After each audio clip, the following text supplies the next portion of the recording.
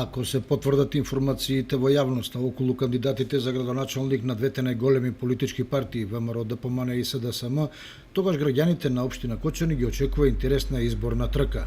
Иако од двата политички блока се уште не се соопштуваат имињата на кандидатите, сепак кочанската јавност веќе знае дека на 15 октомври изборниот круг ќе го трчаат Радко Димитровски за ВМРО, ДПМН и Никол Чуилиев за СДСМ.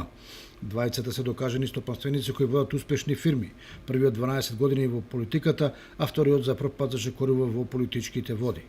Со оглед на фактот дека секој изборен дуел, особено кога е во прашање градоначалничкиот, си има свои специфики и носи различни карактеристики, логично е да се очекува политичкиот судир помеѓу двата бизнисмени да предизвика зголемен интерес во јавноста, без оглед дали тоа ќе биде од аспект на судирни стратегии, идеи и концепти или пак од партиско гледање на работите.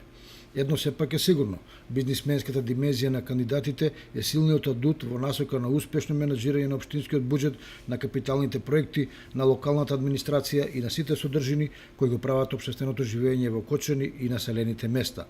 И што е можеби уште побитно, статусот кој го имаат од економско-социјален аспект им ја дава моќта да ја определат неопходната дистанца од најчесто контрапродуктивните теснопартиски интереси. Во секој случај, предстојните локални избори во делот на градоначалничката трка ќе донесат нов квалитет на кочанската политичка сцена, од кој бенефитот можеби нема да го имаат првенствено партиските јуришници, но пошироката заедница, односно граѓаните секако.